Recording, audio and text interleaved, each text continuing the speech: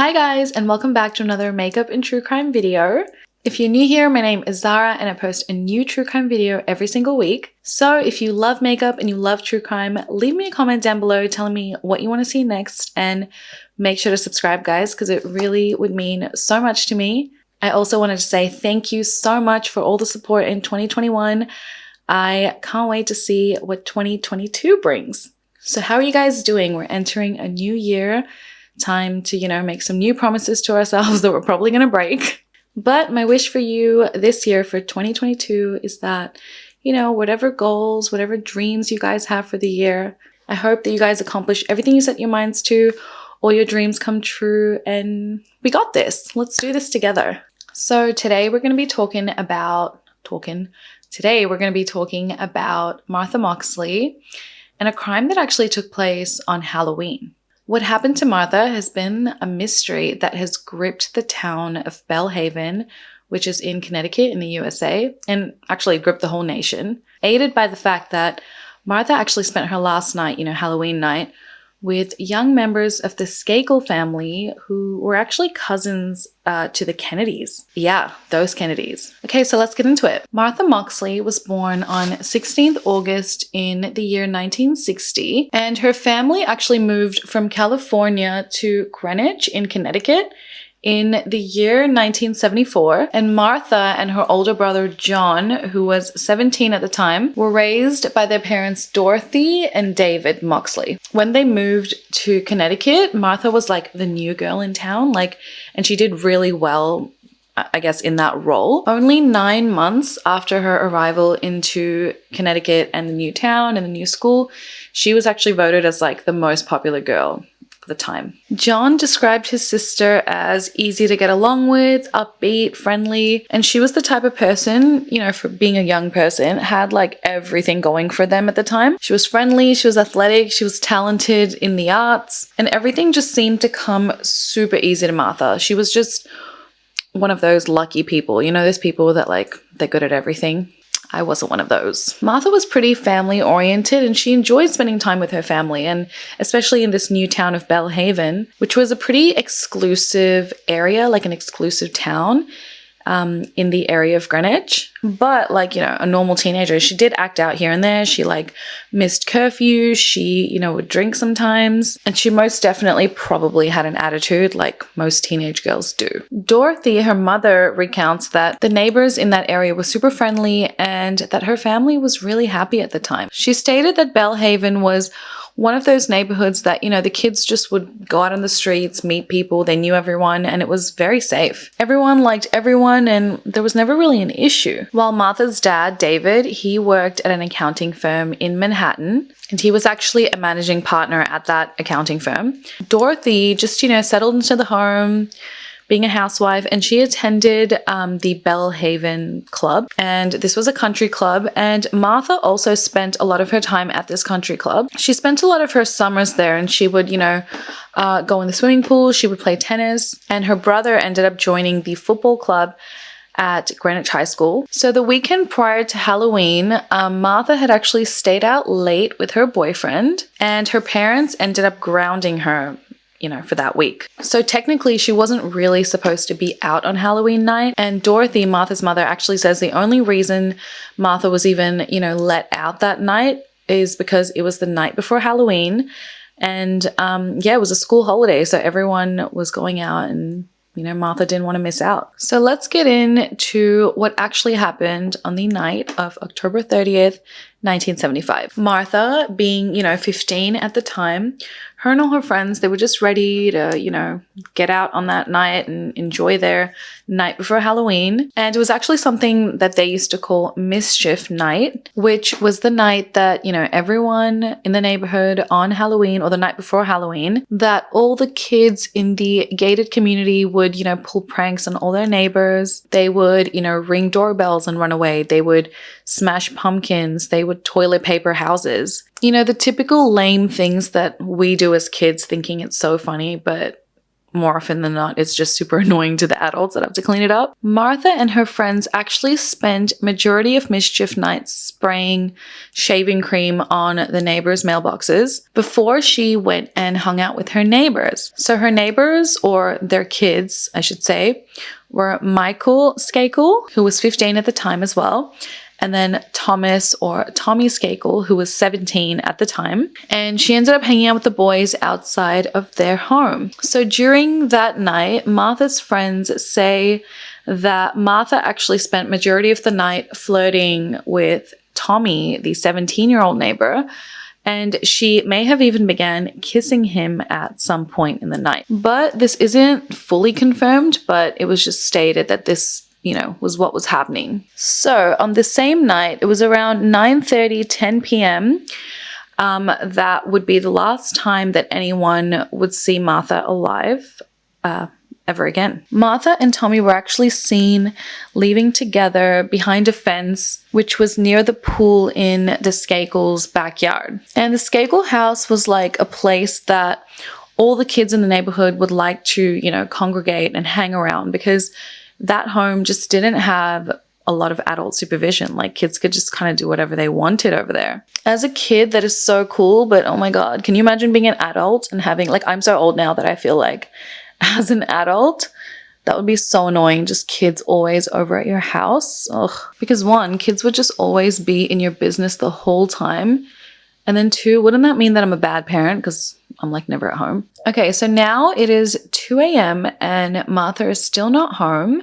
So her mother, Dorothy, ends up calling Martha's friend, Sheila. Sheila's mom ends up waking up Sheila and tells her yo, have you, well, she didn't say yo, but she was like, hey, have you seen Martha? But Sheila was like, no, I haven't seen her. The last time I saw her was when, she was leaving with Tommy. So then at 3:45 a.m., Dorothy ends up calling the police, and then she ends up calling her friend Sheila again. But Sheila at this point wasn't really concerned, because she was like, it's Mischief Night and kids just get up to, wild things on this night. So she wasn't really concerned about it. So while waiting for Martha to return, Dorothy ends up falling asleep. And when she awoke the next morning, she realized dang, Martha still isn't home. She had just never come home that night. So obviously now Dorothy's panicking. So she immediately calls another one of Martha's friends, Helen, who ends up telling Dorothy that the last time she saw Martha was when she was leaving,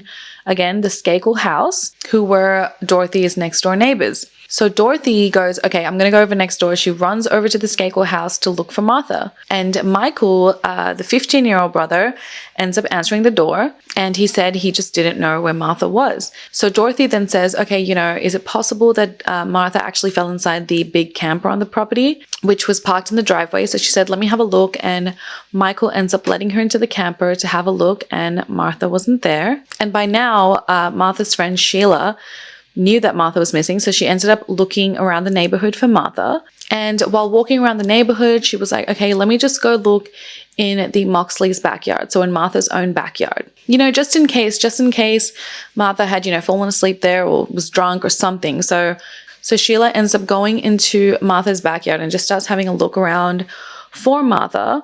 And it was here that she found Martha lying beneath the big pine tree. Guys, I'm literally the worst. I literally told you the whole story. Not really, a lot of it. And then my mic was off. 2022. It's not going so well. So Martha's body was found underneath the big pine tree in her backyard, and this was the next day. So this was on October 31st, 1975, which was actually Halloween Day, and her body was discovered by her friend Sheila. So police believe that Martha had actually been caught off guard on her way home, and she was struck from behind with a golf club. Martha was so viciously attacked that the golf club snapped. And you guys know, a golf club is made from metal, and the metal band snapped. She was then further attacked till she was no longer alive with the broken shaft, the broken metal shaft of the golf club.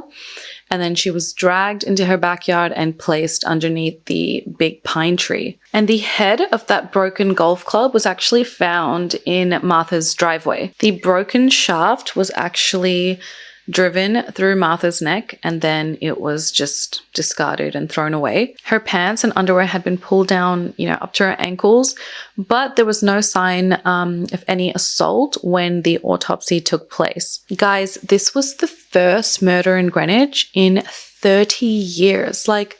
That is a lot. That is a long time for, murder shouldn't be that common, but isn't that a really long time? So obviously Sheila, the friend, she was hysterical.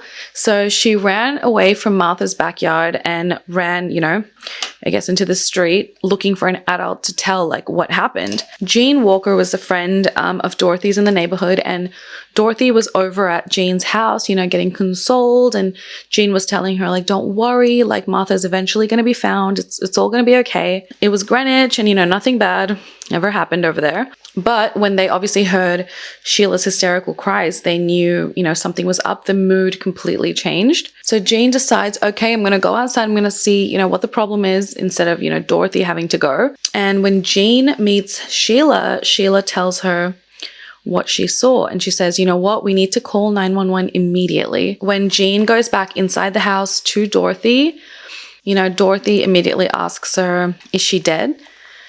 And Jean's response was, I think so. A few days after Martha's murder on November 4th, 1975, around 500 people attended Martha's funeral. Again, this was huge because, nothing like that had happened in such a long time. So let's talk a little bit about the Skakel family. So Michael and Tommy Skakel, they were one of 6 children born to Rushton and Anne Skakel, and the family had been living in the neighborhood of Belhaven. They were, a well-off family. But after their mother, Anne, she died from brain cancer just a couple of years earlier in 1973. And after this happened, the boys just kind of became a bit wild, and they started just not doing so well in school and just really struggled like anyone would. To lose their mother it's not an easy thing to go through. So police had speculated that Martha, she had actually been murdered between the hours or the timing of 9:45 and 10 p.m. on October 30th, which made Tommy Skakel the last person to officially see Martha alive. On Halloween Day, both Tommy and his brother Michael, they were questioned and brought in by the police. Tommy Skakel actually had a pretty weak alibi. He said after him and Martha hung out on Mischief Night together, she just went home and he saw her walking home from his yard, which was 150 yards away from each other. And she was just walking towards her own place. And this took place at around 9:30 p.m.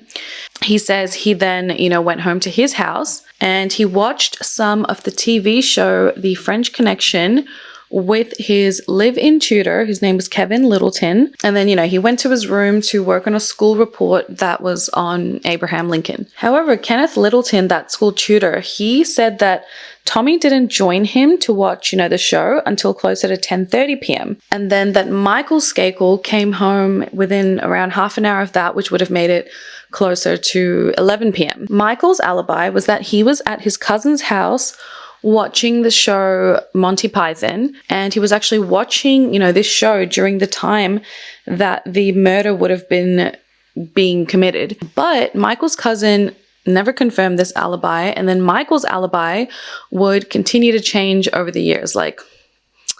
What happened? What really happened? So the focus of the investigation remained on the Skakel household because it was later discovered that the golf club set owned by the late Anne Skakel, Tommy and Michael's mother, who had passed away, was missing its 6-iron club, which was actually the same club that Martha was attacked with. So police at this point spent months interviewing people and giving 1 million polygraph tests to people. And Tommy was given 2. One was inconclusive and one he passed. But we all know that polygraph tests are kind of bullshit. So then after months of trying to, cooperate with the police and their investigation, the boy's father, Rushton, he ends up putting a hold on any further police questioning. And he also blocked the use of school and mental records for the 2 boys, for Tommy and Michael, being used by the police on the advice of the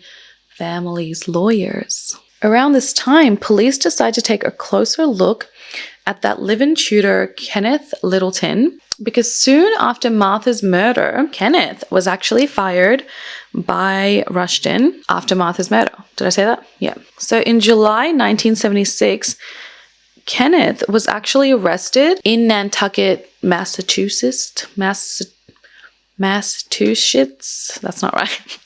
Massachusetts, something like that. I can never say that. Help me out, guys. And he was arrested for burglary and theft. Weird that he was actually a tutor to 6 children prior to this.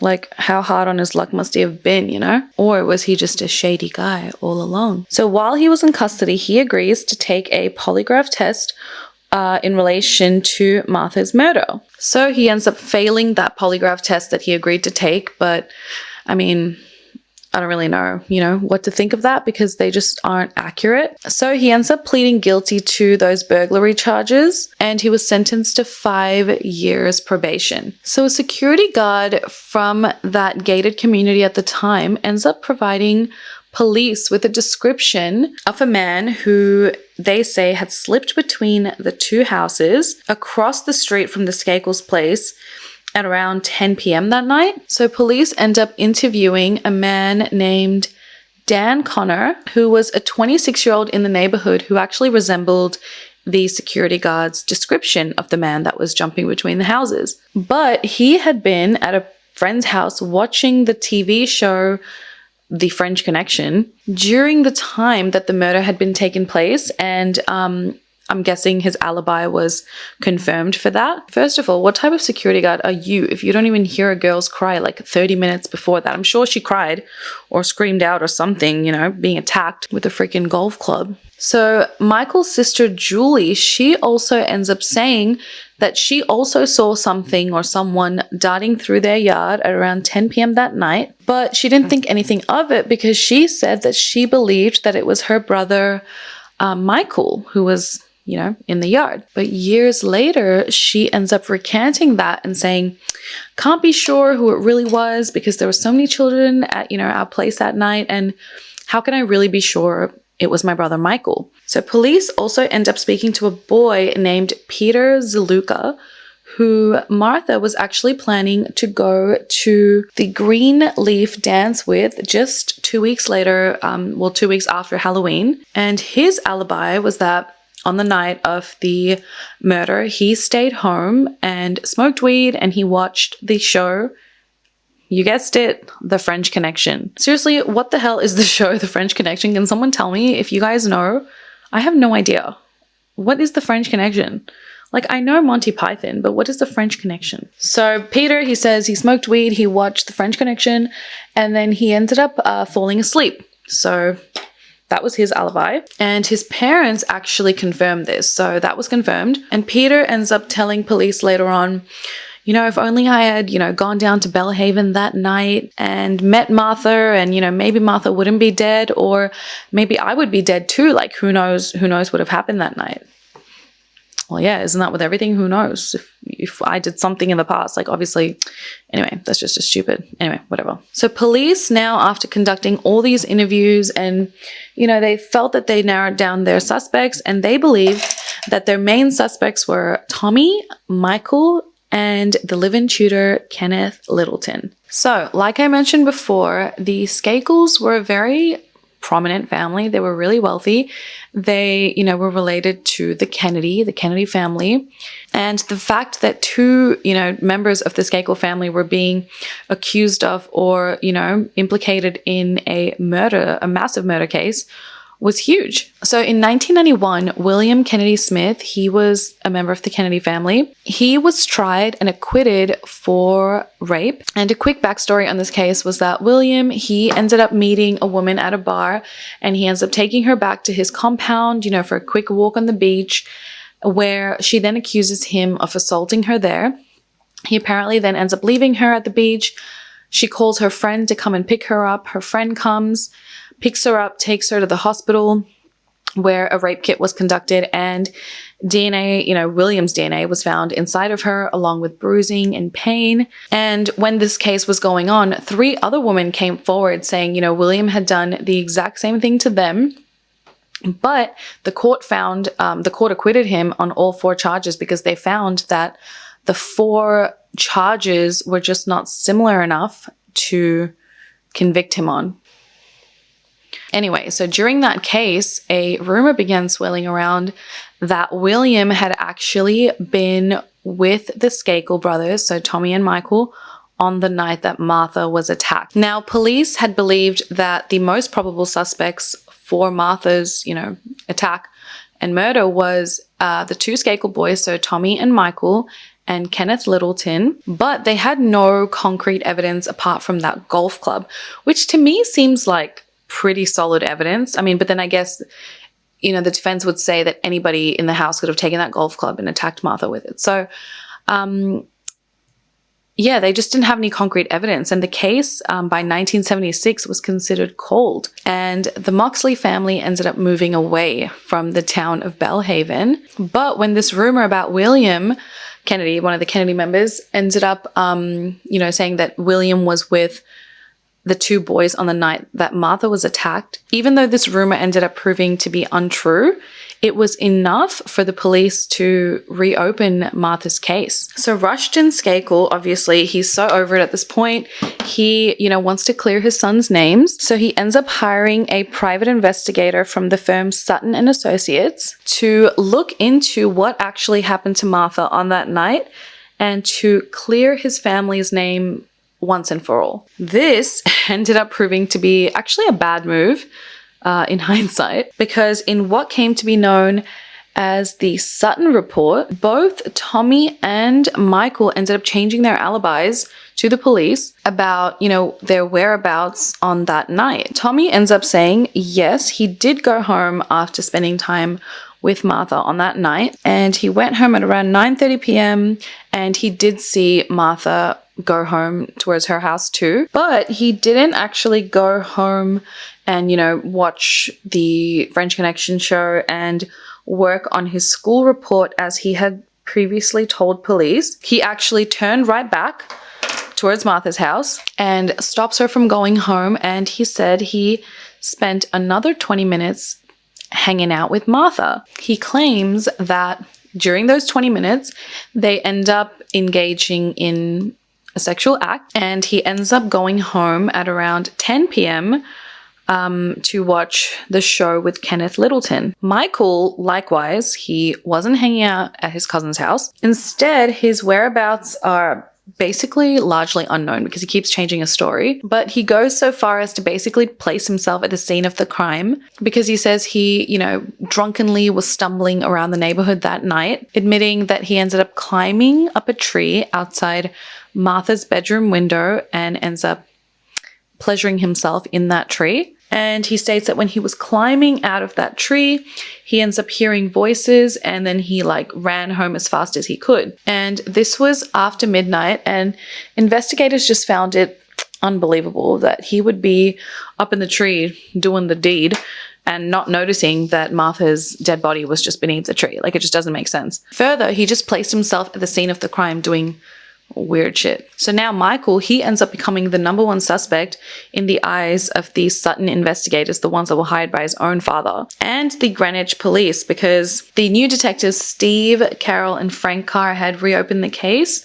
and they were pretty, on the ball trying to figure out what happened. So Michael apparently began heavily drinking around the age of 13 after his mother, Anne, had passed away. And he was arrested for drunk driving in 1978, after which he was sent to the Elan School in Poland, Maine, which was a private school for kids with behavioral and substance abuse problems, basically a behavioral school for rich kids.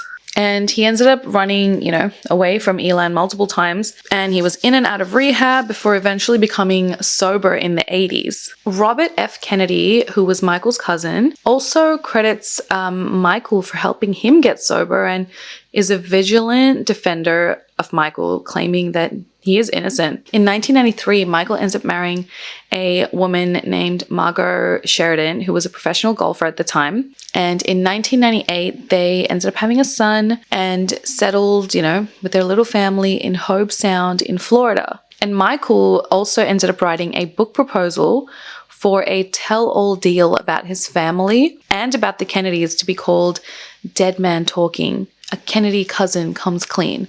But the book never made it to publication. You guys, look at these lashes. I've been obsessed with magnetic lashes again. I started using it back in 2020. 2020? Yeah, 2020.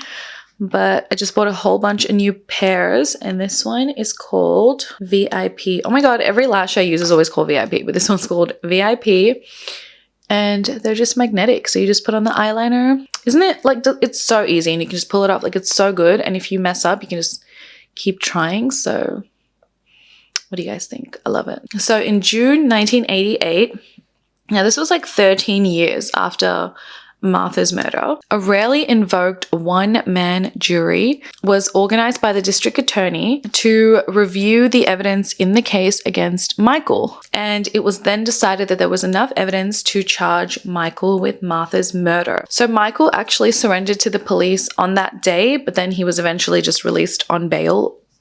And the bail was $500,000, and obviously his family could, afford that. So on March 14th, 1999, and I think earlier I said 1988, but I meant 1999. So on March 14th, 1999, Michael was charged with murder in juvenile court, as he was only 15 years old at the time that Martha was attacked. And then on January 31st, 2001, a judge ends up ruling that, nope, Michael, he's going to be tried as an adult. And during that arraignment, Michael actually ends up speaking to Dorothy, Martha's mother, and saying, "You've got the wrong guy, you've got the wrong guy." So his trial began on May 7th, 2002 in Connecticut. And obviously they lacked, forensic evidence. And the prosecution ended up just relying on witness testimonies and just a super weak alibi that Michael had. And the fact that his alibi, kept changing every 5 minutes. The pleasuring himself in a tree thing was talked about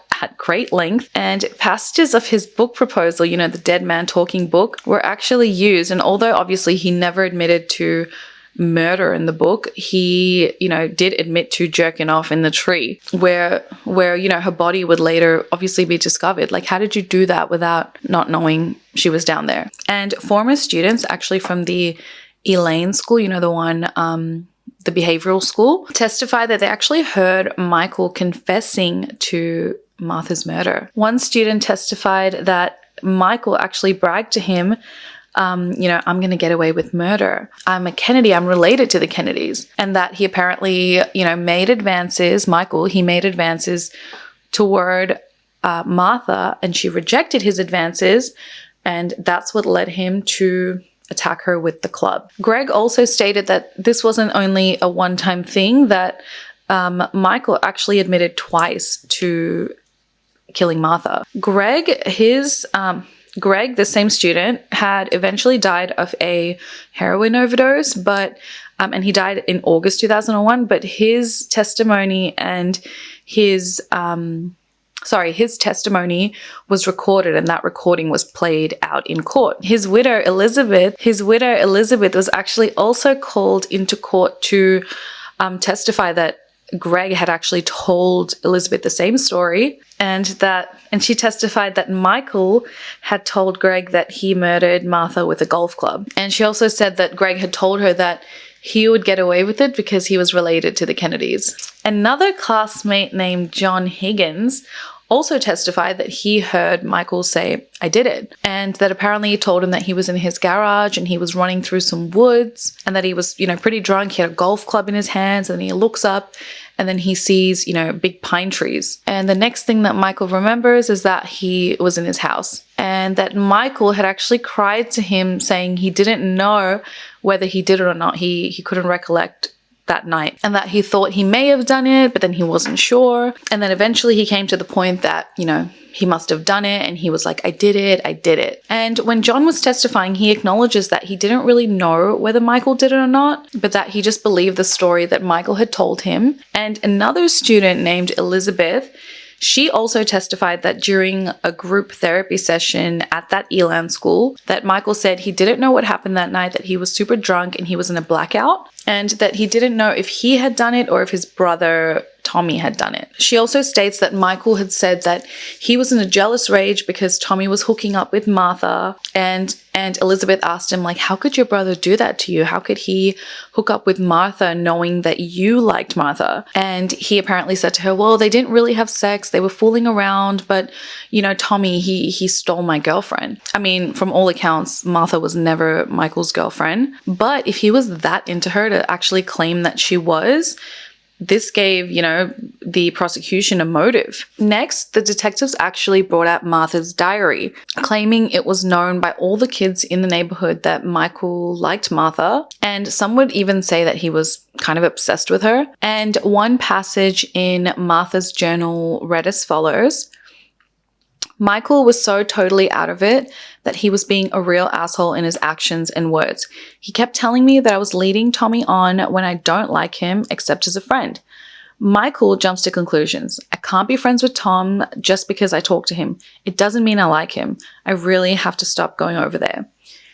Going over there, she meant to the Skakel's house. Rushton Skakel, the father, and then all of Michael's siblings had actually also attended the trial at one point, including Tommy, who did live in Massachusetts. And reportedly, some of them hadn't even been in the same room as Michael in decades. So on June 7th, 2002, Michael was found guilty of murdering Martha Moxley, and he was sentenced to 20 years to life and was sent to the Garner Correctional Institution in Newton. And Dorothy Moxley, after the trial, was obviously, you know, I wouldn't say elated, but probably relieved. And she stated as follows: today is a day where there is a winner and a loser. I just hate those days. I wanted to find justice for Martha. That's what this is. It's all about Martha.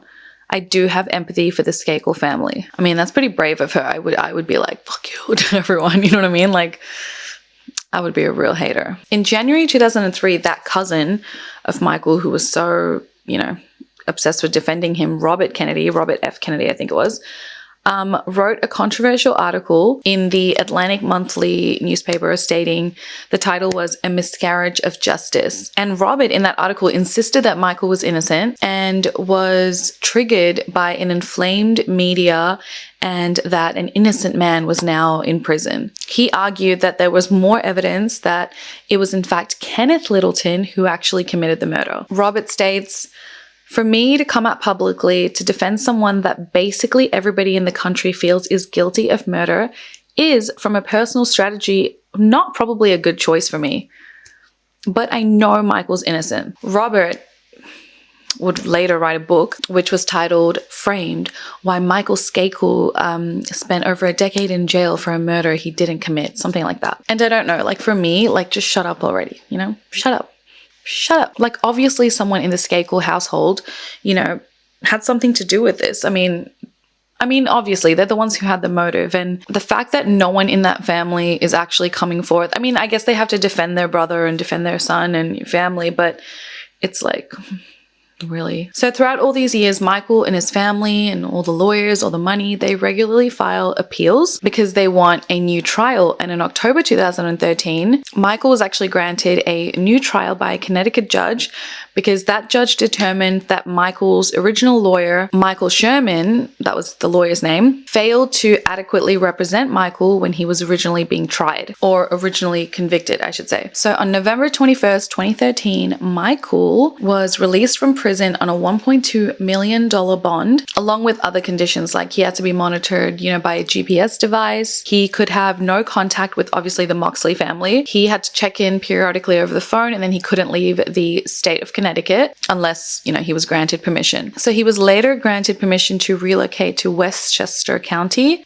in New York to be with his family. Then in January 2018, prosecutors ended up asking the Supreme Court to revoke Michael's freedom and return him back to prison to continue serving his sentence. However, on May 4th, the Connecticut judge, he ends up removing Michael's conviction and then ordering a new trial. So the court ruled that his lawyer, you know, how they said that he didn't provide like basically great representation, also rendered ineffective assistance when he failed to contact an alibi witness who was a witness to his alibi, whose name had actually been provided by Michael. Michael was like, here is the guy who can, verify my alibi, but the lawyer never contacted him. And as a result, they feel like Michael didn't receive a fair trial. There's so many things. On October 30th, 2020, just recently, a chief state attorney informed the Supreme Court that Michael would not be retried. And that was that. So if that wasn't confusing enough, as it stands right now, Michael Skakel is technically a free man and technically innocent, right? Dorothy Moxley, who is now in her 80s, said of the Supreme Court decision, she states, the state of Connecticut had a very, very, very, very good case, and we absolutely know who killed Martha. If Michael Skakel came from a poor family, this would have been over. But because he comes from a family of means, they've stretched it out all these years.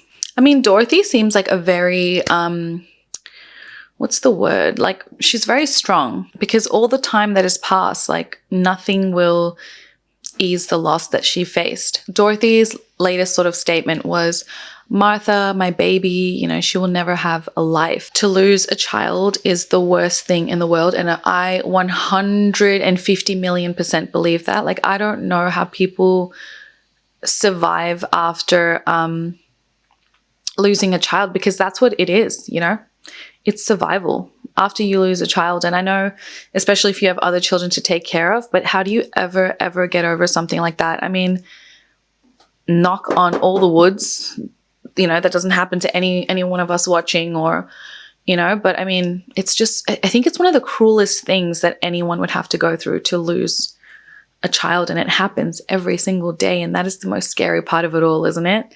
So what are your thoughts, guys?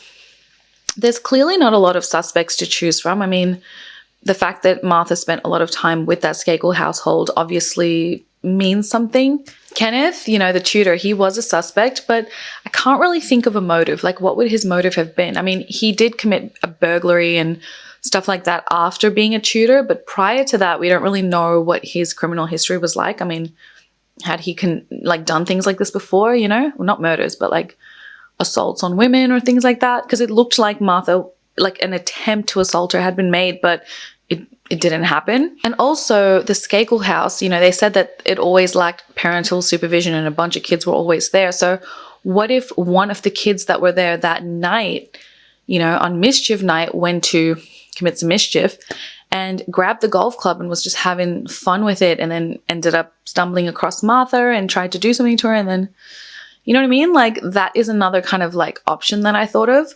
And if it was overrun with kids, like, no one saw Michael grab the golf club that night and like run out with it, like someone would have seen him, But based on what we know, Michael, he was 15 at the time. He had some issues, after his mother's death, mental health issues, and he was addicted to drugs and alcohol. And he had a crush on this girl, and then watching his brother, be with the girl that he had a crush on, obviously could have had some impact and, make him lose his shit and attack her. So Michael also has allegedly said that he doesn't even know if he did it because he was so drunk. But don't forget, he remembers his jerk-off session. So it must have been a very satisfying and good one.